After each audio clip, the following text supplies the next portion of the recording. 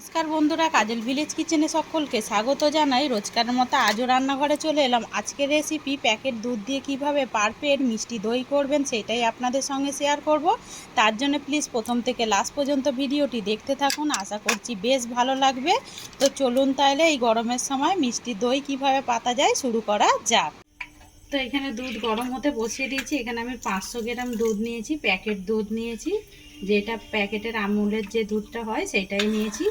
নিয়ে গ্যাসটা অন করে আমি দুধটাকে একটুখানি জাল দিতে বসিয়ে দিয়েছি। আর এটা কিন্তু আগে থেকে একটুখানি জাল করে নিয়েছিলাম, না হলে কিন্তু দুধটা কেটে যেতে পারে। এবার এর মধ্যে দিয়ে দেবো আমি 4টে এলাচ। দেখবেন দইয়ের মধ্যে কিন্তু এলাচ থাকে, আমাদের মুখে পড়ে। আপনারা চাইলে কিন্তু এখানে গুঁড়োও ব্যবহার করতে পারেন, তাতে করেও হবে। এবারে দুধটাকে আমি ভালোভাবে একটু ফুটিয়ে নেব, যাতে করে না সর পড়ে, মাথায় রাখতে হবে। তো দুধটাকে আমি অন্যদিকে বসিয়ে দিয়েছি। এখান থেকে আমি এখন দুধটা যেহেতু গরম হয়ে গেছে, আমি এখান থেকে 2 হাতা মতো তুলে নেব। আর অপর দিকে দেখুন, এদিকে একটা আমি গ্যাস অন করে কড়া গরম হতে বসিয়েছি। এখানে 50 গ্রাম চিনি নিয়েছি, এই চিনিটা এর মধ্যে দিয়ে দেব। তো এর মধ্যে কড়ার মধ্যে চিনি দিয়েছি, এখানে আমি 2 চামচ মতো একটু জল দিয়ে দেবো। তাহলে করে ক্যারামেলটা সুন্দরভাবে হবে, পুড়েও যাবে না, আর এতে করে টেস্টটাও কিন্তু ভালো হবে। অপর দিকে দেখুন দুধটাও কিন্তু অনেকটা ঘন হয়ে এসেছে, আর ঘন করব না। এখানে দেখুন আমি চিনি নিয়েছি, এই চিনিটাও দিয়ে দেব। 50-এর থেকে মানে ওই 100 গ্রামের মতোই আছে। চিনিটাকেও দিয়ে খুব ভালো করে মিশিয়ে নেব। আমি মিষ্টিটা আপনারা আপনাদের পছন্দ মতোই দেবেন। আমি এখানে আমার পছন্দ মানে যতটা মিষ্টি লাগবে ততটাই দিলাম। আর এইদিকে দেখুন ক্যারামেলটা একেবারে রেডি হয়ে এসেছে। এটা কিন্তু আমি খুব জোরেই আছে, গ্যাসটা একেবারে জ্বলছে। তো আমি এইভাবে খুব অনবরত নাড়াচাড়া করে নিয়েছি। দইয়ের কালারটা দেখবেন অনেকটা এরকম কালারিং হয়, যে ওইভাবেই ক্যারামেল তৈরি করে নিতে হবে। এবার আমি গ্যাসটাকে অফ করে দেব। আর এইখানে যে দুধটা রেখে দিয়েছিলাম এইটা আমি দিয়ে দেব, দিয়ে খুব ভালো করে মিশিয়ে নেব। তো দেখুন এখানে কিন্তু ক্যারামেলটা একদম রেডি হয়ে গেছে, কতটা কালার হয়ে গেছে দেখুন। আর এবারে এইদিকে আমি আগে থেকে 4 চামচ মতো টক দই নিয়েছিলাম। টক দইটাকে খুব ভালো করে জল ঝাড়াতে দিয়ে দিয়েছিলাম। এটা খুব ভালোভাবে জল ঝরে গেছে দেখুন। এবারে এই জলটাকে ফেলে দেব, দিয়ে এই টক দইটা এর মধ্যে নিয়ে নেব। টক দইটাকে খুব ভালো করে ফেটে নিতে হবে, যতক্ষণ ফাটতে হবে একটা ক্রিমের মতো, যতক্ষণ না হয়ে যায় ততক্ষণ অবধি ফেটে নিতে হবে। না হলে পরে দইয়ের মধ্যে টক দই দিলে পরে আবার মুখে পড়লে টক টক মতো লাগবে। আর এটা আমি প্যাকেটে যে টক দই হয় সেইটাই নিয়েছি। দই বসাতে গেলে টক দই বা মিষ্টি দই একটু নিতে হবে, আর আগে থেকে জলটা একটু ঝরিয়ে নিতে হবে, তবেই কিন্তু দই ভালো হবে।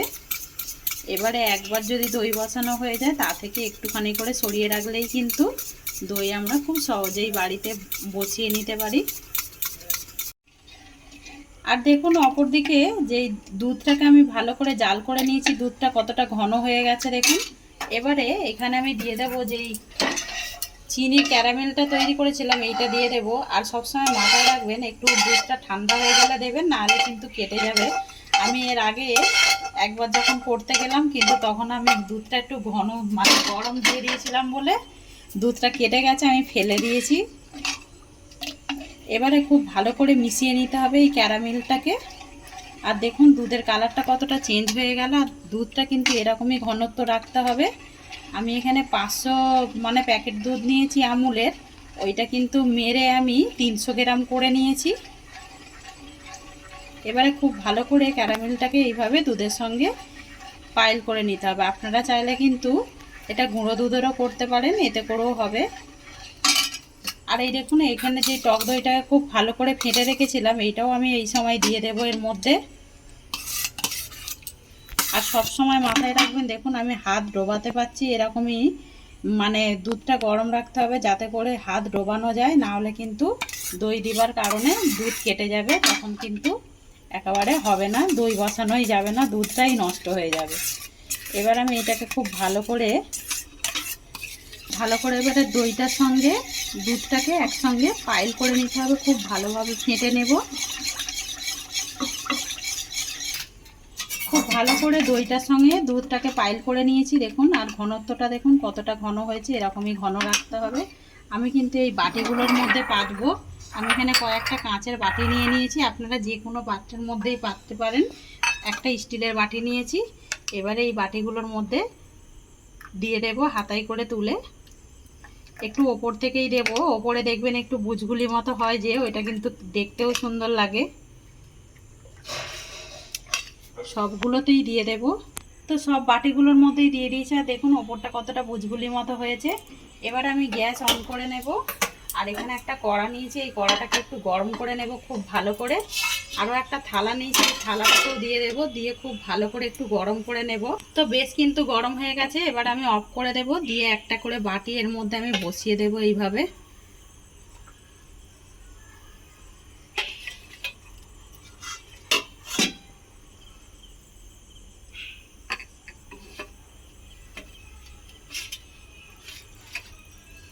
তো এখানে 3টে বাটি দেখুন ধরেছে। আমি এখানে আরও একটা বাটি দিয়ে দেব। যেই বাটিটা রয়েছে এটাও আমি দিয়ে দিলাম, দিয়ে ওপর থেকে এইভাবে ঢাকা দিয়ে দেব। ঢাকা দিয়ে আমি এখানে একটা তাওয়াল নিয়েছি। তো এবারে এই তাওয়ালটা আমি এর উপর থেকে এইভাবে ঢাকা দিয়ে রেখে দেবো, আর নাড়াচাড়া করব না। এটাকে আমি সারা রাতের জন্য এইভাবেই গরম জায়গার মধ্যে রেখে দিতে হবে। তো সারা রাত রেখে দিয়েছিলাম। সারা রাত পর দেখাচ্ছি যে দইটা কীরকম জমেছে। ঠিক এরকমভাবে কিন্তু রেখে দিতে হবে। দেখুন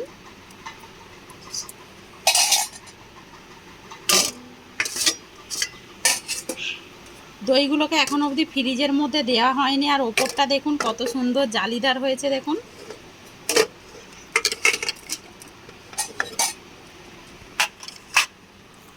যাক কিরকম দইগুলো জমেছে সেটা কিন্তু বাটিতে দেখাই যাচ্ছে। দেখুন এরকমভাবে কিন্তু ভালোভাবে যদি দই পাতেন, ঠিক আপনি এইভাবে একই মাপের সব কিছু যদি দেওয়া যায়, তাহলে ঠিকঠাকভাবে যে কোনো পাত্রের মধ্যেই আমরা কিন্তু দই অতি সহজেই পেতে নিতে পারি। আর সবগুলোই দেখাচ্ছি আমি কীরকমভাবে জমেছে, সেটা কিন্তু দেখেই বোঝা যাচ্ছে। তো একবার হলো এইভাবে বাড়িতে ট্রাই করে খেয়ে কমেন্ট করে জানাবেন যে কীরকম লাগলো। আর একটা কথা বলি, আমার কালকে কিন্তু এটা বলা হয়নি, দইটা বা দুধটা যদি ফ্রিজের মধ্যে থাকে তাহলে কিন্তু 1 ঘন্টা আগে থেকে বের করে রাখবেন, না হলে কিন্তু দই জমবে না। আর একটা যেটা হচ্ছে কি, যখন ক্যারামেল তৈরি করি তখন যে আমরা দুধটা ক্যারামেলের মধ্যে দিই, তখন কিন্তু ঠান্ডা করেই দেবেন, না হলে কিন্তু ক্যারামেলটা দুধটা কিন্তু কেটে যেতে পারে। তো এইভাবেই দই একবার বাড়িতে তৈরি করবেন। আমি এখনও ফ্রিজের মধ্যে রাখা হয়নি। তো এরকম যদি বাটির মধ্যে আমরা দই তৈরি করি, একটা করে বাটি কিন্তু সবাইকে দিয়ে দিলেই অনায়াসে সবাই খেয়ে নেবে। আর 500 দুধের প্যাকেটের দইটা দেখুন কতটাই হয়েছে।